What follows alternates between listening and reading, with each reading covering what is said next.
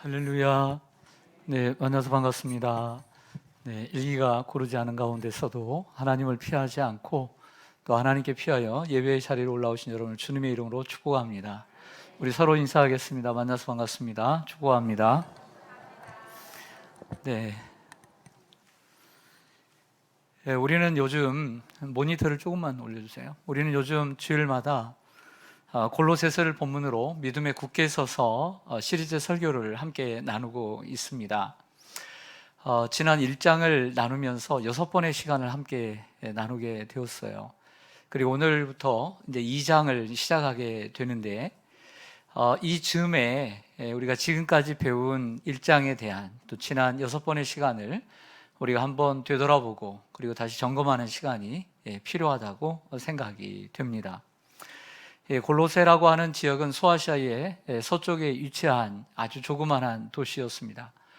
기원전에는 아주 부흥하고 발전하고 융성했던 도시였지만 나라가 좀 지역이 좀 왜소해지면서 도리어 나중에 생긴 그 근처에 히에라폴리스 그리고 라오디게아 같은 도시가 더욱더 발전을 이루게 됩니다. 그런데 에바브라라고 하는 사람이 예수를 믿기 시작하면서 그 복음이 에바브라를 통해서 전해지면서 골로새 교회가 세워지게 됩니다. 이 에바브라는 아마도 생각해 보면 바울이 에베소에서 3년 동안 목회를 할 때 그곳에 가서 복음을 듣지 않았나라고 짐작을 해보게 됩니다. 그래서 말씀의 은혜를 많이 받고 예수를 믿어. 우리 찬송가처럼 내가 예수를 믿어. 네, 그 찬송 계속 불렀죠? 생각나세요? 예배전 찬송인데 생각나세요? 안 나세요? 내가 예수를 믿어 계속 불렀죠? 4번, 5번, 6번, 7번, 8번 불렀어요. 네, 내가 예수를 믿어. 네, 내가 예수를 믿어? 뭐라고 했죠? 할렐루야 할렐루야 내가 예수를 믿어 그의 흘리신 피로 내 죄 씻었네. 이거 2번씩 들어있거든요. 그러니까 5절까지 있으니까 10번을 불렀어요. 10번. 여러분들 예수를 믿어 그의 흘리신 피로 여러분들의 죄를 씻었습니까? 10번을 불렀어요. 10번. 저는 여기만 눈에 계속 들어오던데. 네. 찬송은 가사를 생각해야 돼요. 가사를. 예수를 믿고 변화되어서 가만히 있을 수가 없잖아요. 예수 믿는 사람들은 이게 자동적으로 내 가족과 이웃들에게 복음을 전하지 않을 수 없기 때문에 고향 골로새로 와서 복음을 전해서 가정교회를 세우게 됩니다. 시간이 흐르면서 골로새 교회도 어느 정도 성장을 했겠는데 거짓 교사들, 즉 이단들이 직접 침투하지는 않았지만 그들의 위협을 받고 있는 심각한 상황이 되었습니다. 이때 에바브라는 로마의 감옥에 있는 사도 바울을 방문하게 되고 이 골로새 교회의 소식을 들은 사도 바울은 심혈을 기울여 편지를 써서 골로새 교회 성도들을 돕게 됩니다. 두기고의 손에 편지를 보내게 되죠. 이것이 골로새서 첫 번째 설교였던 골로새서를 소개합니다. 이런 내용의 설교였어요. 그리고 이제 2번째부터 6번째까지 제가 설교를 좀 요약을 해보고자 합니다. 바울은 먼저 에바브라를 통해서 복음을 듣고 깨달은 그 순간부터 그들이 믿음과 그리고 사랑과 소망의 열매를 맺은 것에 대하여 하나님께 감사를 해요. 그래서 감사를 하나님께 드립니다. 하나님, 저 도시에도 복음이 들어가게 하시고 믿음과 사랑과 소망의 열매를 맺어 자라게 하심을 감사합니다. 그 3번째로는 그들을 위한 기도를 해요. 기도. 근데 기도를 언제부터 하냐면 에바브라에게 그 소식을 들은 날부터 어떻게 그치지 않고 기도하기 시작하는데요. 그 내용은 그 성도들이 건강하고 부요하고 부자가 되고 출세하고 명예를 얻고 그런 내용 하나도 없어요. 영적 지식에서 자라가고 범사에 하나님을 기쁘시게 하고 고난 속에서도 견디고 인내하며 범사에 하나님을 감사하게 할 수 있도록 감사하는 성도들이 되도록 기도를 해요. 제가 오늘 목회 칼럼에서도 기도의 품격이라는 제목으로 말씀을 드린 것처럼 우리는 이 바울의 기도를 통해서 기도의 품격을 배웠어요. 그러면서 우리 자신의 기도의 내용과 비교하면서 우리의 기도의 방향이 어디로 나아가고 있는가, 어디에 중점을 두고 있는가 한번 생각해 보는 시간을 가졌습니다. 그 다음에 바울은 예수 그리스도를 소개합니다. 자신이 믿고 만난 그 예수, 그분이 보이지 않는 하나님의 형상이요 모든 만물보다 먼저 나시고 죽은 자 가운데서 먼저 나신 그 예수 그리스도가 어떤 분인지를 소개하게 됩니다. 또 그 다음에 그러면서 그 예수 그리스도를 통해서 거듭난 우리 그리스도인의 과거와 현재와 미래에 대한 이야기를 합니다. 과거의 악한 행실로 멀리 떠나 마음으로부터 하나님과 원수가 되었던 우리가 예수 그리스도의 십자가의 죽으심으로 하나님과 화목되어 우리가 하나님의 자녀가 되고, 또한 우리가 그 안 믿음 안에 거하고 또 터위에 굳게 서서 복음의 소망에서 흔들리지 않아야 하는 것이 우리의 미래라고 말씀을 합니다. 그러면서 1장 마지막 24절부터 29절은 자신이 교회의 일꾼이라고 자천하면서 천명하면서 그리스도의 남은 고난을 그의 몸된 교회를 위하여 자신의 육체에 채우겠다라고 얘기하고, 자신의 사역의 최종 목적은 각 사람을 권하고 각 사람을 가르쳐 또 각 사람을 그리스도 안에서 완전한 자로 세우는 것이다 라고 이야기하면서 내가 이를 위하여 성령의 역사를 따라 힘을 다하여 수고하겠노라 라고 얘기했던 본문입니다.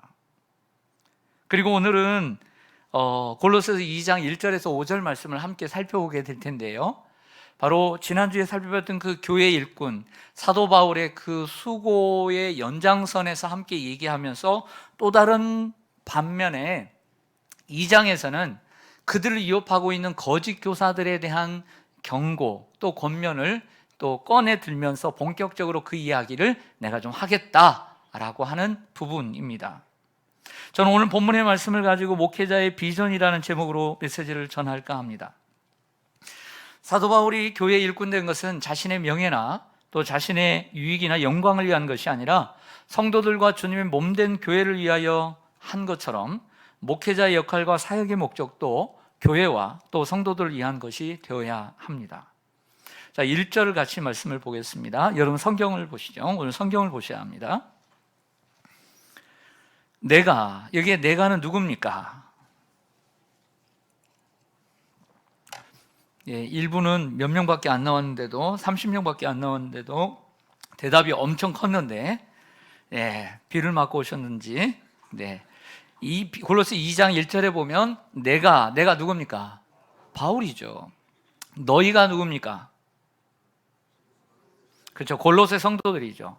그리고 그 옆에 있는 라오디게아에 있는 자들과 무릇 내 육신의 얼굴을 보지 못한 자들을 위하여 바울이 얼마나 힘쓰는지를 너희가 뭐 하기를 원하노라. 저를 보시죠.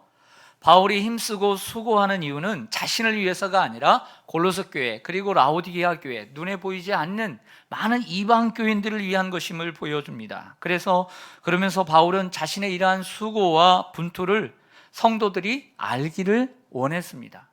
그 알기를 원하는 것은 내가 이만큼 수고하는 것을 여러분들이 알아주기를 원한다는 측면이 아니라, 사도 바울이 이처럼 수고하고 애쓰는 자신이 아니라 자신을 통해서 나타내고자 하는 그것을 알기를 원한다는 얘기예요. 제발 나를 알아달라는 얘기가 아니라 내가 왜 이처럼 모든 것을 뒤로하고 여러분들을 위해서 힘쓰는지 그 진정한 목적을 여러분들이 알아주기를 원한다는 얘기지, 날 좀 알아주세요 이런 얘기가 아니에요. 여러분, 그렇다면 바울은 로마의 감옥에서 한 번도 얼굴을 본 적이 없는, 친분이 없는, 단순히 그 에바브라를 통해서 그냥 말만 들었던 그 골로새 교회와 그 주변 교회들을 위해서 뭘 수고하고 뭘 힘쓰고 있다는 것일까요? 먼저는 그들을 위한 기도 사역입니다. 따라서 하겠습니다. 기도 사역. 사도 바울은 에바브라를 통해 골로새와 또 인근 교회들, 히에라폴리스와 라오디게아 교회에 대한 이야기를 들었습니다. 그 교회 또한 에바브라가 세웠습니다. 그 소식을 듣는 날부터 제가 처음에도 2번씩이나 강조했듯이 내가 그 소식을 듣던 날부터 그리고 그치지 아니하고 너희들을 위해서 기도하기 했다라고 얘기를 합니다. 그들 위한 기도를 그치지 않았다고 편지했죠.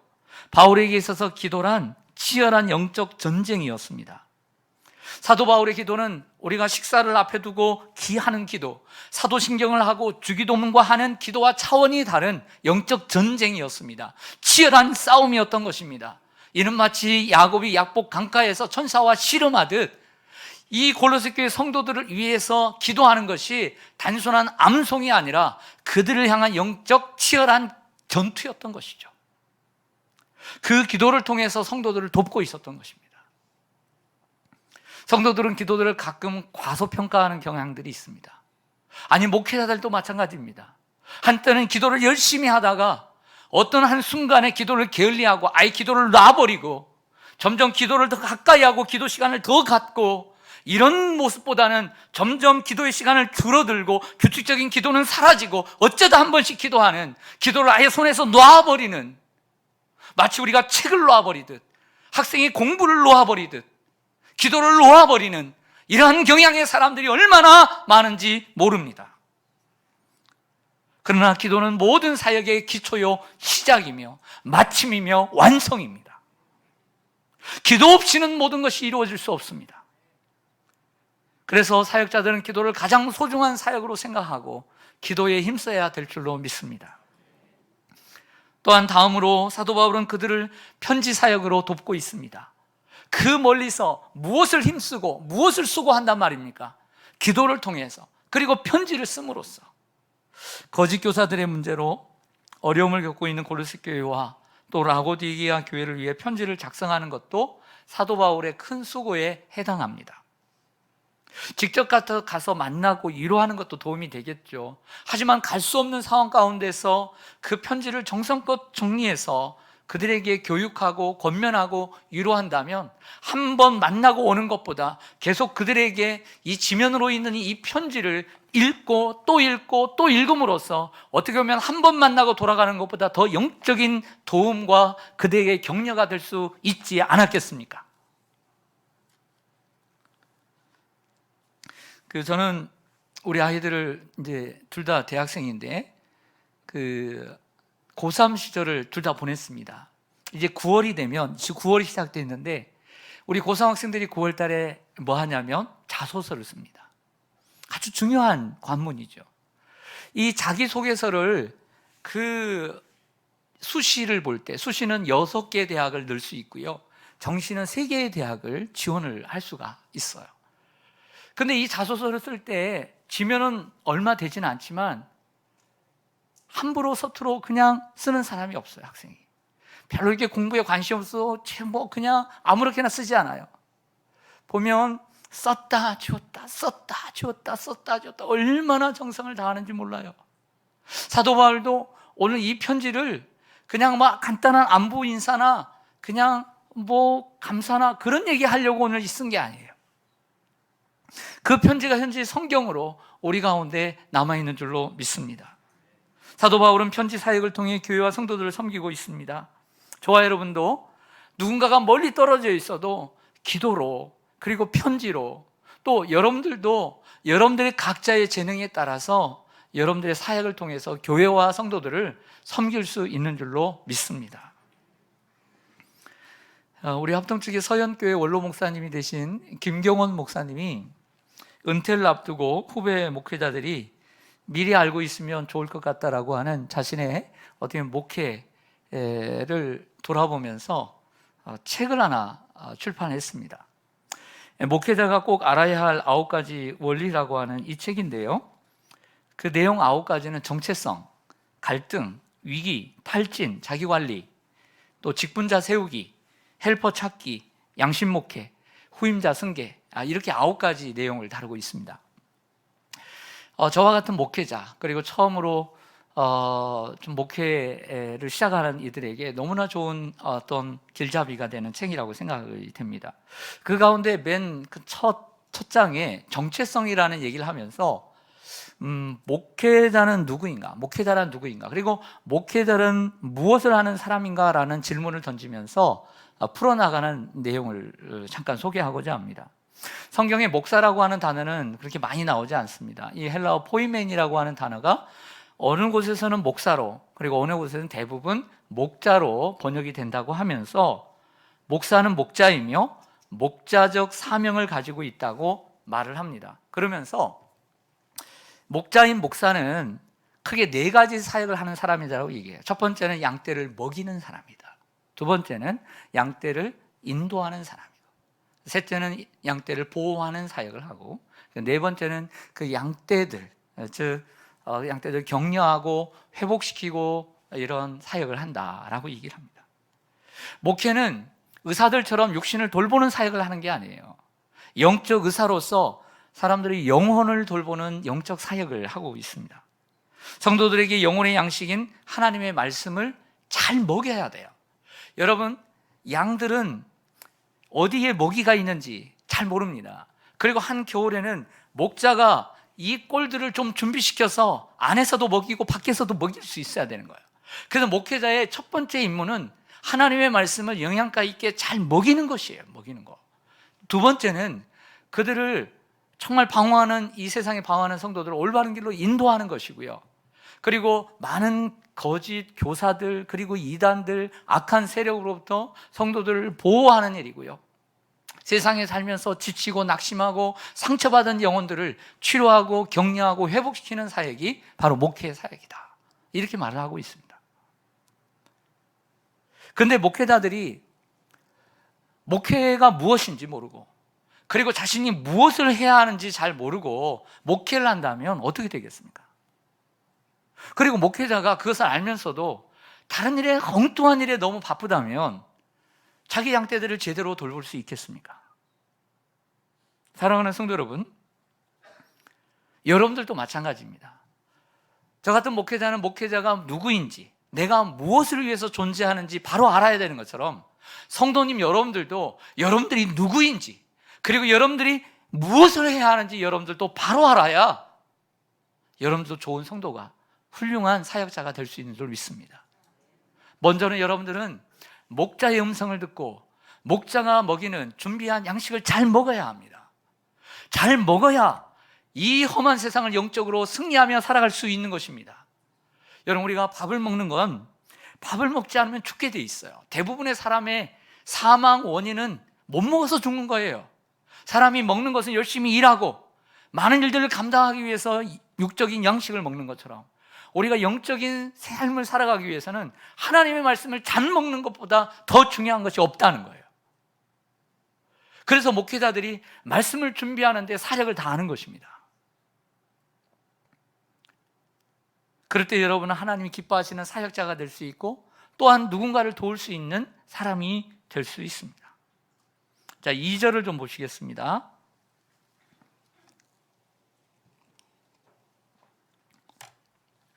이는 그들로 마음의 위안을 받고 사랑 안에서 연합하여 확실한 이해의 모든 풍성함과 하나님의 비밀인 그리스도를 깨닫게 하려 함이니. 아멘. 저는 오늘 2절을 오늘 설교의 대부분을 할애할 것입니다. 2절이 중요하고, 또 제가 준비하다 보니까 우리 성도님들이 이 본문을 더욱더 깊이 알았으면 좋겠다 하다 보니까, 설교를 준비하다 보니까 여기에 분량이 가득 차게 되었습니다. 이는이라는 말은 왜냐하면 이런 이 뜻이겠죠. 그런데 NIV나 다른 성경을 보면 이는이라고 하는 이 단어 대신에 다 purpose, 목적이라는 단어를 다 쓰고 있어요. 이 말은 무슨 얘기냐면, 자신이 골로새 교회와 그리고 라오디게아 교회를 위해서 내가 이처럼 수고하고 애쓰는 것을, 힘쓰는 것을 여러분들이 알기를 원합니다. 근데 내가 이렇게 수고하고 애쓰는 목적은 이런 말이에요. 목적은, 사역자의 목적은 이런 말입니다. 그래서 여기서 4가지로 정리해 줍니다. 첫째는 화면을 보시면 그들을 격려하기 위해서입니다. 이는 그들로 마음의 위안을 받고 위로를 받기 위함이다 라고 했는데, 거짓 교사들로 인해서 어려움을 당하는 그들에게 사실은 위로보다는 격려가 필요했습니다. 그래서 NIV 성경이나 많은 번역본들은 encouragement, 격려라는 단어로 번역을 하고 있어요. 마음의 격려를 받았다 그랬어요. 격려는 마음에 받는 것입니다. 그들 자신이 힘과 용기를 얻는다는 뜻입니다. 그리고 그들이 격려를 받는 장소는 마음입니다. 마음이 격려를 받아요. 마음이 격려를 받아요. 마음이 어디입니까? 마음은 인격의 장소입니다. 중심이고, 그리고 의지와 사고의 근원입니다. 우리 존재의 가장 깊은 곳에서부터 격려를 받는 것입니다. 바울은 그들의 마음을 격려하여 거짓 교사들의 그 위협으로부터 힘을 얻어서 이겨내기를 바라고 있는 것이죠. 목회자의 역할은 성도들을 격려하는 일인 줄 믿습니다. 개인적으로 상담을 하고 그리고 격려하는 것도 필요하겠죠. 그러나 저는 혼자인데 어떻게 모든 성도들을 하나하나 다 만날 수 있겠으면 만나면 좋겠지만, 그러나 가장 소중한 시간, 하나님이 저에게 주신 이 강단에서 하나님의 말씀을 통하여 여러분들을 이게 말씀을 전하는 시간이 저는 여러분들을 가장 격려할 수 있는 최고의 순간이라고 생각해요. 그리고 여러분들도 인간적인 격려를 받는 것도 필요하지만 하나님의 말씀을 통하여 말씀을 제대로 들으면 그 말씀이 여러분들의 삶에 격려가 되는 줄로 믿습니다. 이렇게 살아온 거예요. 저 또한 그렇게 살아왔습니다. 사람들의 격려도 순간순간 도움이 되겠죠. 하지만 끊임없이 어릴 때부터 지금까지 예배를 통하여 받는 하나님의 말씀이 저의 삶의 최고의 격려였어요. 할렐루야. 그게 최고의 격려죠. 둘째는 사랑 안에서 연합하도록 돕는 것이다 라고 얘기합니다. 바울이 사도로서 수고를 아끼지 않는 두 번째 목적은 성도들이 서로 사랑하고 서로 하나 되어 서로 연합하고 결합하고 결속하기를 원했습니다. 교회는 머리이신 그리스도를 모신 성도들의 유기적인 결합체입니다. 그러므로 성도들은 서로 연결되고 결합하여 세워져 가죠. 사도 바울은 성도들이 연합을 이루기 위한 수단으로 사랑을 강조합니다. 이렇게 얘기하죠. 사랑 안에서 연합하여 라고 얘기합니다. 사도 바울이 로마 감옥에서 썼던 옥중서신, 모든 옥중서신에서 이 내용을 다 다루고 있습니다. 한번 보시죠. 에베소서 4장 16절에도 보면 그에게서 온몸이 각 마디를 통하여 도움을 받음으로 연결되고 결합되어 각 지체의 분량대로 역사하여 그 몸을 자라게 하며 사랑 안에서 스스로 세우느니라. 아멘. 좀 전에 나온 단어가 나옵니다. 사랑 안에서 연결되고, 연결되고 결합되어 또 사랑 안에서, 같은 얘기를 에베소서에서 하고 있는 본문입니다. 사랑으로 연결되는 것이죠. 또 빌립보서 2장 2절에도 보면 마음을 같이하여 같은 사랑을 가지고 뜻을 합하여 한 마음을 품어. 뜻을 합하여 한 마음을 품은 게 뭡니까? 연합이죠. 그게 연합을 위해서 같은 사랑을 가져라고 얘기를 합니다. 골로새서 2장 2절에서 말했지만 3장 14절에서 이렇게 얘기합니다. 이 모든 것 위에 뭘 더하라? 사랑을 더하라. 이는 온전하게 매는 띠니라. 성도들이 하나 될 수 있는 강력한 끈은 사랑입니다. 사랑. 여러분, 그 1톤 트럭에 큰 많은 짐들을 실었다고 가정해 봅시다. 그리고 그 위에 천막을 씌웠습니다. 그래서 운전을 하고 가면 바람이 휘날릴 수 있잖아요. 또 짐이 떨어질 수 있지 않습니까? 그러기 위해서 어떻게 합니까? 튼튼한 밧줄로 여기서 저기로 또 여기서 저기로 계속 묶지 않습니까? 이러한 강력한 끈, 우리의 하나됨을 지켜갈 수 있는 강력한 끈이 뭐냐면 사랑이라는 거예요. 네. 예를 들어서 고린도 교회 성도들은 산을 옮길 만한 믿음이 있고 방언과 예언의 능력이 있고 천사의 말을 할 정도로 대단했던, 영적으로 대단했던 교회 같아요. 근데 사도 바울이 볼 때 그 교회는 사랑이 너무 없어요. 그래서 그런 교회를 가리켜서 사랑이 없으면 아무것도 아니다라고 지적을 합니다. 이 말은 믿음과 능력을 평가절하시키려는 것이 아니라 사랑의 소중함을 강조하기 위해서입니다.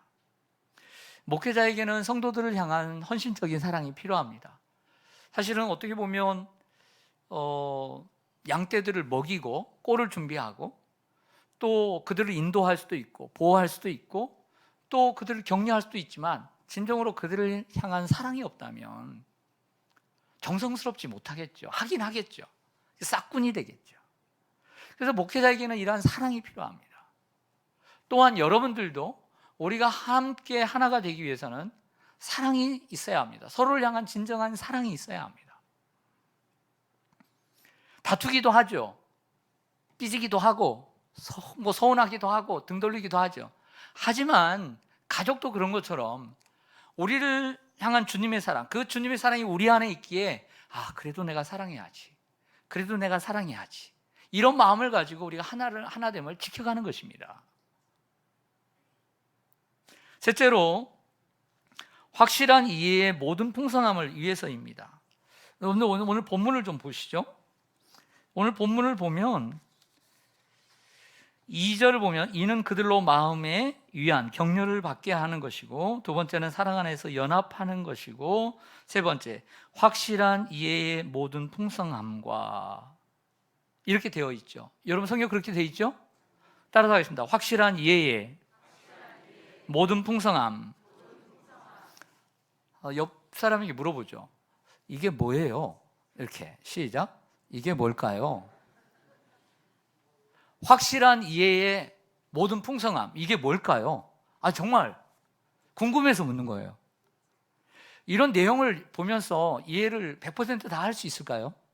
확실한 이해의 모든 풍성함과, 너무 어렵지 않아요? 그래서 제가 준비했습니다. 이 부분은 앞에 두 부분에 대한 종속절로도 해석이 가능하지만 대등절로도 해석이 가능한 본문입니다. 표준 세번역 성경은 이 부분을 종속절로 해석을 했습니다. 들어보십시오. 그들이 사랑으로 결속되어 마음의 격려를 받음으로써 풍부하고도 완전한 이해력을 갖게 하고, 이렇게 번역을 해요. 1번, 2번이 있기 때문에 3번이 있다는 식으로 얘기가 되는 거죠. 그런데 여기에 이러한 해석, 종속절로 해석하는 것은 문제점이 생깁니다. 어떤 문제점이 생기냐면 현실적인 문제점이 생겨요. 예를 들어서 우리가 교회를 다니는데 서로에게 위로와 격려가 됩니다. 목회자가 여러분들 격려합니다. 그래서 기분이 좋아요. 오늘 안 가려고 그랬는데, 비가 와서 안 가려고 했는데 가야 되겠다. 목사님이 날 그렇게 격려하는데, 전화도 한번 주셨는데 이번 주 일은 가야지. 나올 수 있죠. 또 사랑으로 연합할 수 있습니다. 성도들과 크게 다투지 않고, 절대 나는 누군가 다투는 사람이 아니야. 그래서 서로 사랑하고 좋은 관계, 교우 관계 가운데 교회를 다닐 수 있어요. 근데 그런다고 해서 진리에 대한 온전한 이해, 그리고 믿음의 확신이 저절로 생기느냐 말이에요. 이런 문제점이 생긴다는 거죠. 자, 더 쉬운 예를 들어서 우리의 자녀들이나 우리 학생들이라면 학생들이 학교를 다니죠. 대학을 다니거나, 또 우리의 자녀들이 학교를 다니거나 어떤 학생이 학교를 다니는데 감사하게도 학교를 너무 재밌게 다녀요. 학교의 급식이 너무 맛있는 거라. 그리고 친구들 간의 교우 관계가 너무 좋아. 그래서 학교를 열심히 다녀요. 그렇다고 해서 그 학생이 수학을 잘할까요? 영어를 잘할까요? 보장이 있어요, 없어요? 없죠. 가르쳐 봐서 알죠. 어떤 친구들은 학교는 재밌게 다니는데 정말 진리에 대한, 교회를 치면 교회 열심히 다녀요. 우리 자녀들이 모태신앙입니다. 어릴 때부터 교회를 다녔어요. 주일학교도 열심히 다니는 것 같고, 우리 엄마 아빠도 있으니까 교회를 신나게 다녔어. 그런데 그 안에서 진리에 대한 확실한 이해가 있을까? 그리고 믿음의 확신이 우리 아이들에게 있을까? 이건 다른 얘기란 얘기예요. 그래서 대등절로 해석하는 것이 맞겠다는 거죠.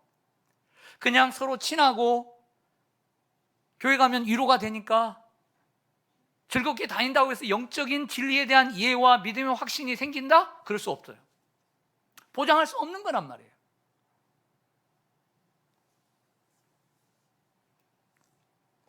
사랑하는 여러분, 바울이 말하는 것은 이런 얘기일 수도 있죠. 여러분, 교회 열심히 다니는 거 참 좋습니다. 서로 사랑하는 거, 그거 있어야 합니다. 힘들죠? 제가 여러분들 격려가 되겠습니다. 그러나 더 진정한 것은 제가 여러분들의 앞에 있는 것은 바로 여러분들이 진리에 대한 바른 이해를 가지고 분명한 믿음의 확신을 갖고 살아가게 하기 위함입니다. 생각해 보십시오. 제가 1번과 2번을 위해서 존재한다면 무슨 필요가 있습니까? 더 사교성 있고 더 위로하고 더 격려 잘하는 다른 목회자를 두죠. 저의 존재의 목적은 1번과 2번이기도 하지만 여러분들이 진리에 대해서 바르게 이해하고 그리고 믿음의 확신 가운데 여러분들이 거하도록 교육자들이 존재하는 줄로 믿습니다. 위로받고 교제하려면 세상에 나가도 얼마든지 그런 것은 넘쳐납니다. 진리를 올바르게 이해할 때 생기는 완전한 확신을 가리킵니다. 네 번째로 사도 바울이 자신의 사역의 목적이 하나님의 비밀인 그리스도를 깨닫게 하려 함이라고 얘기를 합니다. 하나님의 비밀은 지난 주일에 말씀을 드렸습니다. 하나님의 오랜 경륜 가운데 숨겨둔 비밀이라는 것은 결과적으로 죄인된 인간, 영원히 멸망받아 고통 속에서 영원히 살 수밖에 없는 인간을 위한 하나님의 해결책, 하나님의 구원 계획이 하나님의 비밀이죠. 근데 그 하나님의 구원 계획, 해결책이 이 땅에 예수님의 오심과 그리고 죽으심, 그리고 부활과 재림을 통하여서 실현되게 되었습니다. 그러므로 예수 그리스도가 곧 하나님의 비밀인 것이죠. 이러한 사실을 성도들이 진정으로 알기를 원하고 그 예수 그리스도 외에는 다른 구원받을 길이 없고 그 예수 그리스도만이 참 하나님이시며 그리고 모든 만물의 주인이라는 것을 성도들이 알기를 원했던 것입니다. 하지만 여기에서 우리는 질문이 생깁니다. 골로새 교회 성도들도 이미 10년, 20년 전에 교회가 생기고 복음을 받아들였단 말이에요. 그들도 이미 예수 그리스도를 알고 영접하고 하나님의 자녀가 되었습니다. 예수 그리스도가 누군지 압니다. 근데 사도 바울도 그런 성도들에게 다시 얘기합니다. 너희가 하나님의 비밀이신 예수 그리스도를 깨닫게 되기를 원한다. 이미 깨달았습니다. 근데 더 깨닫게 되기를 원한다는 것은 예수 그리스도를 아는 지식에서 자라기를 원한다는 거예요. 왜냐하면 그 다음 3절의 말처럼 그 예수 그리스도 안에는 모든 지혜와 지식의 부여함이 예수 그리스도 안에 있기 때문에 우리가 한번 예수 그리스도를 안다고 해서 한번 경험했다고 해서 예수 그리스도를 다 알 수 있는 것이 아니기 때문입니다. 바울 사역의 목적은